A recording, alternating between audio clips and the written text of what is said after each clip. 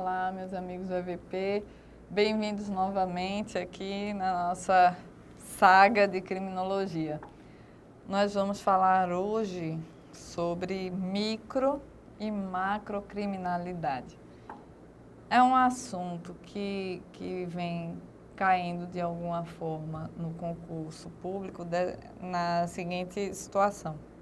Eles pegam exemplos de crimes e na questão eles falam se é de micro ou é de macro criminalidade que se trata. Maldade, perversidade no coração de quem pergunta isso. Mas nós vamos aqui esmiuçar, estraçalhar o tema para que não reste pedra sobre pedra. Então vamos ver aqui. Tem uma questão, várias questões eu coloquei aqui dos alunos que me enviaram, as questões que me foram enviadas neste material agora. Vieram de um aluno só, ele deixou lá no meu Facebook. Eu disse para vocês, se vocês quiserem, podem deixar as questões aí, mandar para o meu e-mail, né? E falar pelo inbox do Facebook, que tem umas questões que gostaria de ver comentadas. Então, eu vou comentar as questões desse menino que pediu para não dizer o nome, mas está aqui. Estou com as questões dele, ele sabe, ele vai saber que é ele, que ele vai ver as questões dele comentadas. Então, vamos lá. Vocês verão, em uma delas, inclusive, ele disse, olha, eu não sabia o que significava a palavra X. Aí tem uma palavra lá, salvo engano, é abúlico. E ele não sabia do que se tratava quando foi fazer a prova. E foi um concurso que ele disse que foi muito disputado. Não disse qual era o cargo, mas disse que foi um concurso muito disputado e caía criminologia, deve ser algum de polícia, certamente. E a nomenclatura, o nomezinho estava lá na questão de criminologia, ele não sabia do que se tratava. Olha o problema. Quando eu digo a vocês que o vocabulário também é muito importante, eu não estou brincando. Às vezes as questões, eu trago alguns textos, algumas questões com os nomezinhos chatos, aqueles nomes que a gente acha que são um pouco mais complexos, que não são corriqueiros do seu dia a dia, né, da sua habitualidade, mas é muito importante que você tenha contato com esses nomes, porque eu já vi um cara muito inteligente perder uma prova de segunda fase para promotor de justiça porque não sabia o que era o conatus. Eu já disse isso a vocês, eu acho que foi na aula de direito penal que eu disse. Foi exatamente na aula de tentativa que eu falei para vocês, olha, o cara perdeu uma prova, salvo engano, era de promotor de justiça, porque ele não sabia o que danado era conatus, e era tentativa. Conatus, em latim, é quase ato. Então, ele não conseguiu fazer a redação toda, o texto que ele deveria ter feito ali, a dissertação sobre tentativa, muito embora tentativa de crime fosse uma coisa que ele sabia de cor e salteado, mas ele sempre passou por cima das expressões em latim, porque ele não estava nem aí. Olha o problema. Por isso que às vezes eu coloco. Vocês vão ver que eu coloquei nesse material aqui algumas expressões em inglês. Não é porque eu acho bonitinho, mas é porque elas caem assim na prova.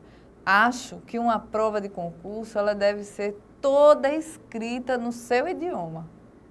Tem que ser toda em português. Se houver alguma expressão em outro idioma, deve vir com a tradução ao lado, mas não é assim que eles pensam, né? Se pensassem dessa forma, seria maravilhoso, mas eles colocam mesmo de maldade. Aí é que você entra pelo cano. Eu fiz uma prova de mestrado, para poder entrar no mestrado, eu fiz uma prova que eu tinha escolhido inglês, porque você escolhe um idioma, né?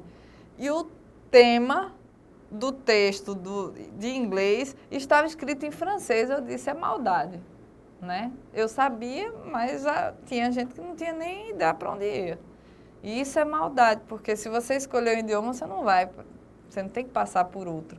Mas a verdade é que há determinadas expressões que são típicas de determinados assuntos. Embora esteja em outro idioma, você tem que saber. Então, vamos lá. Microcriminalidade e macrocriminalidade. É facinho. No instante a gente vai resolver. Eu dou aqui meia hora no máximo para a gente matar essa questão. Vamos lá. A criminalidade como um todo. A criminalidade, ela é um elemento uno, mas ela tem pontos de vista diferentes. A microcriminalidade, ela é vista por indivíduos isoladamente, ela é vista por pontos isolados. Então, a criminalidade vista em um ponto individual, sob uma perspectiva única de uma pessoa somente, ou então em determinadas circunstâncias isoladas, essa é a que se chama microcriminalidade. Ela não é um elemento difuso, ela não é um elemento genérico, ela é micro. Micro porque é a partir de delitos isolados que a criminalidade será aferida. Por que eu digo isso? Veja só. Quando a polícia, aí para quem estava fazendo aí concurso para a polícia, isso é importante. Por isso que eu disse, às vezes eu vou puxar os elementos de polícia.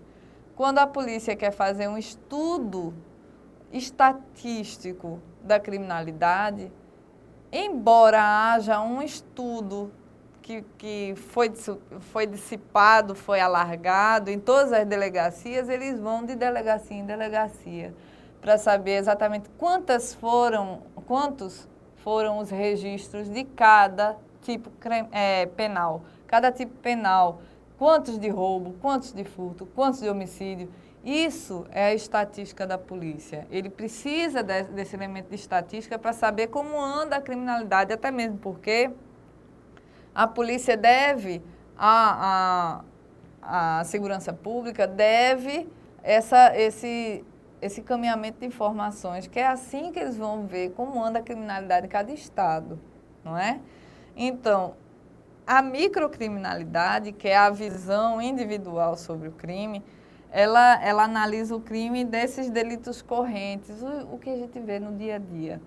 Roubo, furto, homicídio, estupro, atentados, não é? Você tem latrocínio, você tem vários. O que mais tem é delito nesse nosso lindo Código Penal. Então, a criminalidade é um fenômeno já muito amplo. No entanto, as visões sobre os crimes são diferenciadas. Você tem uma visão macro também. O microcriminoso, nós vamos ver agora, ele é um indivíduo que é considerado de uma maneira muito, muito à parte. Ele é isolado, ele é estudado isoladamente. Ele é um marginal de toda a sociedade. O microcriminoso é aquele que é apontado pela prática de determinado delito. Então, o estudo é dirigido, a análise é dirigida. Você não tem a perspectiva de contemplação do crime como se fosse um elemento difuso. Isso aí é outra circunstância, é outra história, são outros 500. Aqui nós vemos a criminalidade de uma maneira simples, de uma maneira direta. A macrocriminalidade, por sua vez, já é outro departamento. Nós temos os delitos aqui amplamente considerados. Você tem uma prática criminal, uma prática de crime, uma prática de delitos que é inserida em um contexto que é global. É um contexto mais coletivo, não é? São exemplos de macrocriminalidade, primeiro, os crimes de colarinho branco, por incrível que pareça. E depois, a criminalidade organizada. São vários, por quê? A criminalidade organizada, ela funciona como um complexo financeiro para o suporte do crime. Pessoas que se unem nesse engendramento, né? Uma empresa isso, das práticas criminosas, como um caráter empresarial. Existe aquele que lidera o grupo, existem os que contabilizam a atividade do grupo de acordo com o que eles oferem, existe o caixa, existe aí o administrador, existe uma estrutura de administração muito forte dentro da criminalidade organizada, não é? Não é à toa que ela se diz organizada, porque não é uma criminalidade eventual, não é um criminoso, um indivíduo que isoladamente pratique um delito, não é? Existem cidades onde a microcriminalidade é imensa. A microcriminalidade, ela toma conta. São vários elementos isolados em prática criminosa. Existem cidades, no entanto, onde a macrocriminalidade chega a um ponto onde não há como, não existe dinheiro que circule, que não seja para essas duas modalidades, né? Crime de colarinho branco e crime organizado, ok? Então é isso, a macrocriminalidade ela é marcada por essas duas formas de se praticar crime, essas duas características de crime, de criminosos. Criminalidade organizada e crime de colarinho branco. Aí eu disse a vocês, né, às vezes a gente vai ter que ver as expressões em outros idiomas. Aqui eu coloquei, mais uma vez eu digo, não é porque eu acho bonitinho em inglês, não. É importante você saber que crime do colarinho branco se chama em inglês, você recebe a denominação equivalente de white collar crime, mas não é, eu não digo a vocês que é preponderante que você saiba. É importante que você saiba, é importante, mas você não vai morrer porque não sabe. Agora, nesse momento, você faça a associação, porque muita gente não sabe inglês. Isso não é defeito de ninguém. Então, você vem aqui e pense, white collar crime. Crime, você já sabe, cola. Pense logo num colar. Colarinho, só pode ser o colar. Crime, colarinho. Crime de colarinho. Ok? Faça a associação, se você não tem o conhecimento do idioma. E coloque sempre a tradução embaixo. Você coloca crime do colarinho branco e bota embaixo white collar crime. Ok? Sutherland, aquele nosso amigo, Priscas Eras, no início do nosso curso de criminologia, estava ele lá criando o termo de criminologia e fazendo e acontecendo. Pronto, está ele aqui. A violação da lei penal por pessoas de elevado padrão socioeconômico no exercício abusivo de uma função lícita. Isso é o crime de colarinho branco. Ele deu esse conceito. A violação da lei penal por pessoas de elevado padrão socioeconômico no exercício abusivo de uma função lícita. A função não é ilícita. O abuso é que se tornou ilícito. O cara trabalha num banco. Ele é bancário ou ele é banqueiro. A pessoa é um político. Ele foi colocado ali porque a lei permite que ele esteja ali. Agora, a deturpação da sua atividade é que se torna ilícita. O fato de se tornar abusiva a prática do seu ofício. Né? O ofício, por si só, não é ilícito, mas ele abusa desse direito. Né?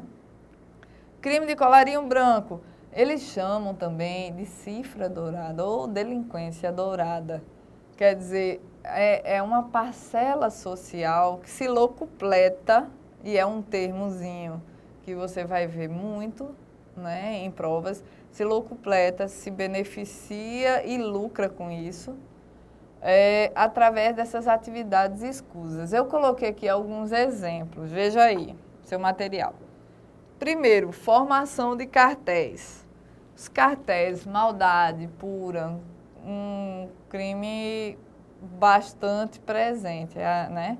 Cartelizar, tornar o acesso do consumidor um acesso limitado por conta da presença dos cartéis.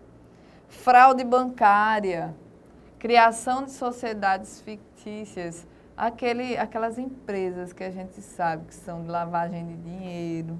Conheço algumas, já soube de algumas, tudo através de jornal, evidentemente. Fraudes em prejuízo dos credores.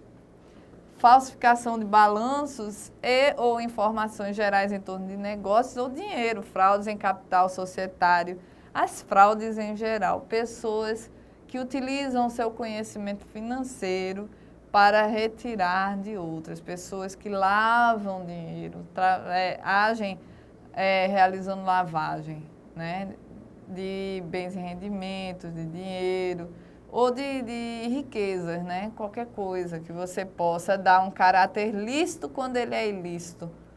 O que ele faz necessariamente não é crime, mas ele abusa da atividade. E quando ele abusa da atividade, aí sim ele comete um crime, né? O empresário, ele não é um criminoso. O empresário é um empresário. Agora, o empresário pode ser um criminoso quando ele abusa da sua função, não é? Vejam aí. Crime organizado. O crime organizado tem uma história curiosa. Você pode encontrar os exemplos, né? O que a doutrina traz, o que os livros trazem. Se você procurar no Google, né? E nos sites, até no Wikipédia, se você duvidar, é capaz de você encontrar todas as formas de organização no crime. As máfias, né? A máfia russa, a máfia japonesa, a máfia na China, a máfia nos Estados Unidos. Agora, as mais famosas, históricas, são máfias italianas e norte-americanas, não é? Nós temos várias histórias aí de mafiosos. Inclusive, rapaz, é porque o nome realmente me fugiu. Eu acho que era Piccolo, o sobrenome dele. Que ele estava foragido há mais de 20 e tantos anos. Foi pego. Foi em 2001, 2010. Tá me fugindo agora. Mas o cara que há mais de 20 anos é muito conhecido por ser mafioso. Então, a máfia é uma forma organizada muito superior aos crimes organizados que você vê. Você vê a criminalidade organizada nas facções de tráfico de drogas, isso não é muita coisa perto da máfia. A máfia, ela é muito, muito bem arquitetada. As milícias também são formas de crime organizado. Esses grupos organizados, pessoas que se organizam para praticar os crimes, essas pessoas fazem com que a atividade seja própria de uma empresa. Eu disse a vocês, a organização do crime, o que sustenta o crime organizado é o dinheiro, porque o dinheiro não fica, ele circula. Então, quando ele fica, ele abastece quem está praticando o crime. Mas, na verdade, ele circula para ele sempre render cada vez mais. Não é? Então, sem dinheiro, nenhum grupo organizado se mantém de pé. Então, pessoas que compram a proteção desses grupos organizados são as milícias, não é? Pessoas que estão, que têm um embate direto com grupos organizados para a prática de determinados crimes. Vamos dizer, existe hoje a suspeita de grupos organizados para tráfico humano, não é? Isso aí a gente já sabe, tráfico humano muito comum, infelizmente. Nós temos aí para o abuso de crianças, né, através de pedofilia, grupos organizados somente para isso. Então a gente pensa que o grupo organizado é para ganhar, ou então é fundamentalmente isso, mas ele está se difundindo de uma maneira que está abrangendo coisas que nunca antes poderiam ser previstas, né? Porque o que segura o crime organizado é dinheiro, mas às vezes é o objetivo também. Os crimes praticados pela internet, eles não precisam de muito dinheiro para se sustentar de pé, não é? Então, aí você vê também a formação de grupos para prática de crime dessa forma, para facilitação essa viabilidade de troca de imagens de criança, não é? Às vezes, para levar as pessoas para o exterior. Então, você vê hoje crime organizado para toda e qualquer circunstância.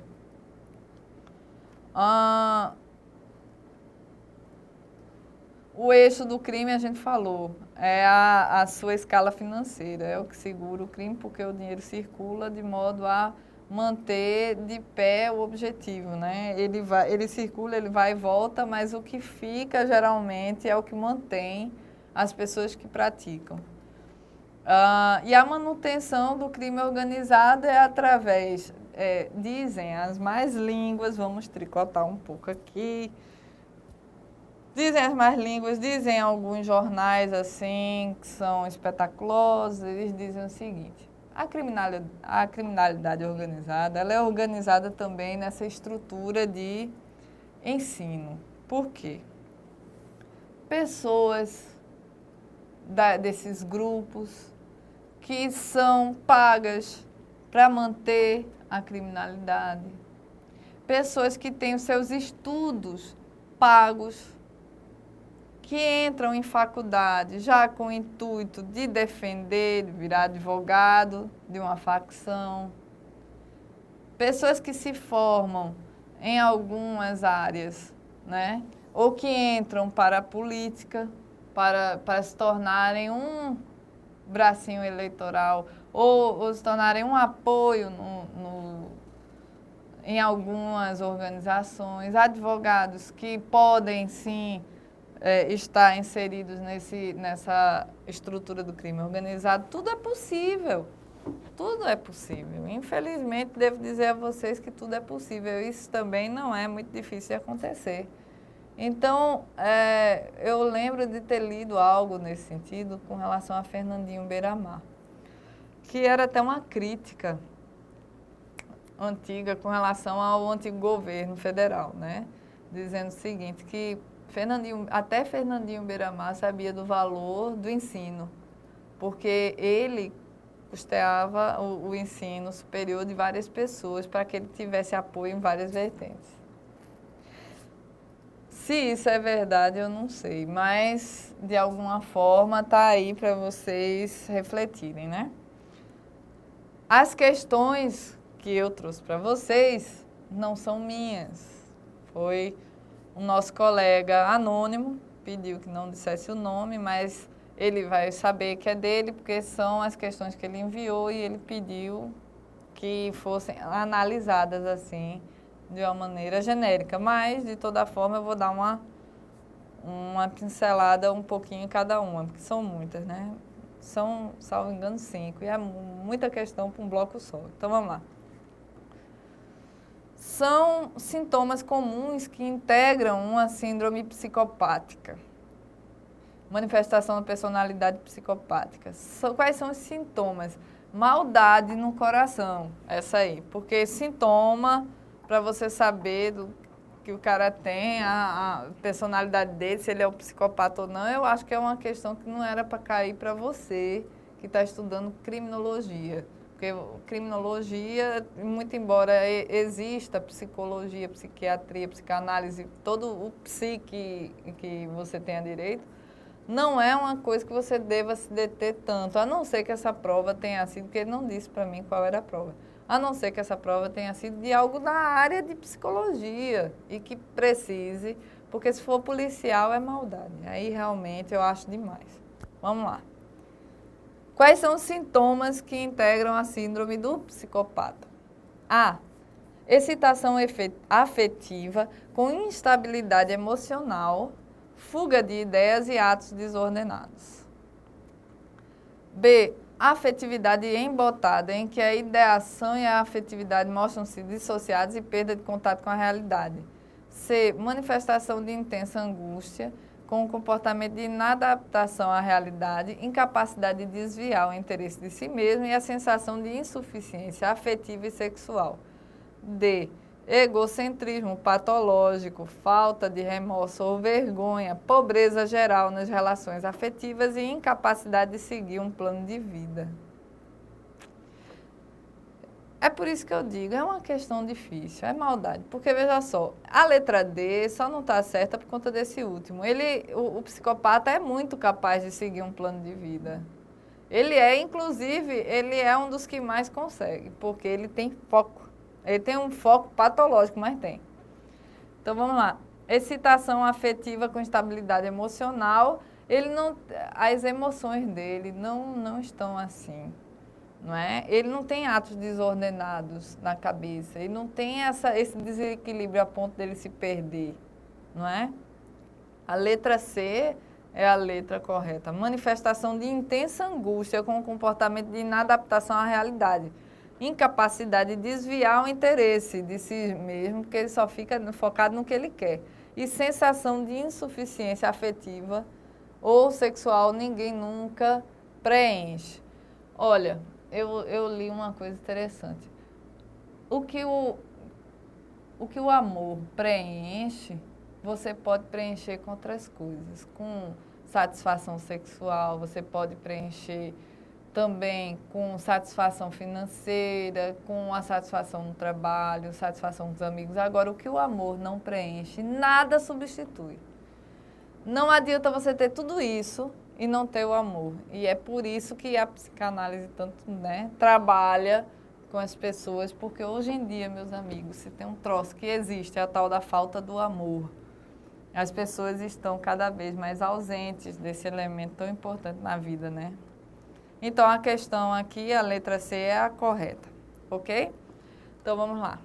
Dentre os modelos de reação ao crime, destaca-se aquele que procura restabelecer ao máximo possível o status quo ante, ou seja, valoriza a reeducação do infrator e a situação da vítima e o conjunto social afetado pelo delito, impondo sua revigoração com a reparação do dano suportado.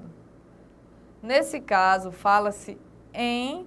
Aí você dá um pause, pense e responda. Modelo dissuasório, modelo ressocializador, modelo integrador, modelo punitivo ou então modelo sociológico. Dentre os modelos de reação ao crime, são várias reações ao crime, modelo, e isso aí a gente viu em uma das aulas. Destaca-se aquele que procura restabelecer ao máximo possível o estado anterior.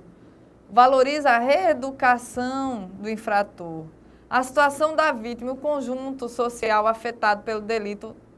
O que é que impõe revigoração com a reparação do dano, ainda que você não tivesse o conhecimento da questão?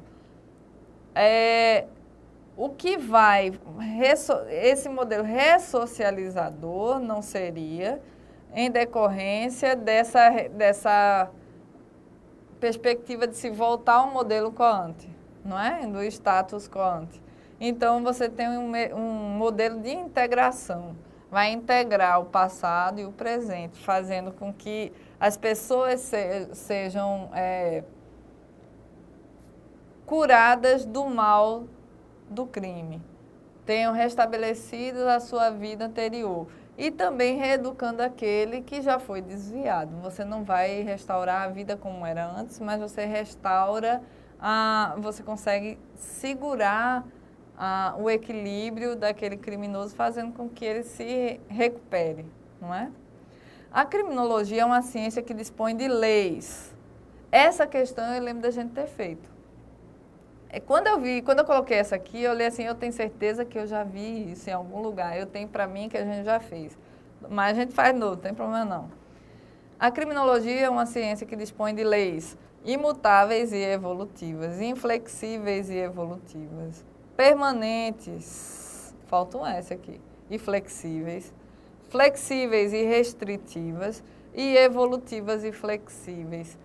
A criminologia muda sempre e ela evolui com o tempo. O direito penal, ele às vezes se consolida de uma maneira que fica ali paradão, porque a lei precisa ser mudada. Mas a criminologia, ela vem no fenômeno, fenomenológica. Ela é de dia, tarde e de noite. Ela é do cotidiano, ela é da experiência. Não é? Então, como ela vem de um campo de experiência, ela está sempre em mutação. Porque é a observação do dia a dia, é a observação do ser, não é? Enquanto humano, para o outro, que também é, e toda a contingência existencial entre eles. Não é? Então, é uma ciência que evolui e ela é flexível porque ela sempre pode estar pendendo para um lado, sempre influenciando determinados pontos, outros não, e as coisas mudam. Então, nós temos aqui a letra E como correta. A última, o indivíduo abúlico é maldade. O indivíduo abúlico, na realidade, esse termo quer dizer a ausência de desejo, o cara que é inerte. É aquele cuja personalidade psicopática se caracteriza, primeiro, pela falta de vontade, sendo uma pessoa sugestionável e vulnerável aos fatores criminológicos e que age por indução. Por ser uma pessoa arrojada, intrépida, combativa, destemida e decidida. Por ser destituído de confiança ou esperança, propenso a tremores e que se preocupa e sofre exageradamente com o menor revés. Por aparentar placidez e felicidade, porém pode explodir subitamente em fúria. Por ser vaidoso e ter mania de grandeza, aparentando ser mais do que é. O abúlico, ele é ausente de desejo. Ele tem falta de vontade, é a primeira letra, a letra A. Sendo uma pessoa sugestionável e vulnerável aos fatores criminológicos e que age por indução. Ok? Deixo para vocês aí Pietà de Michelangelo, né? Nossa Senhora com Jesus no colo. Está na Basílica de São Pedro, a imagem de Pietà. É feita toda em mármore. Linda, linda, linda. Deixo aí para vocês. E a gente se vê na próxima aula. E em breve, amanhã mesmo eu estou de volta aqui. Até mais.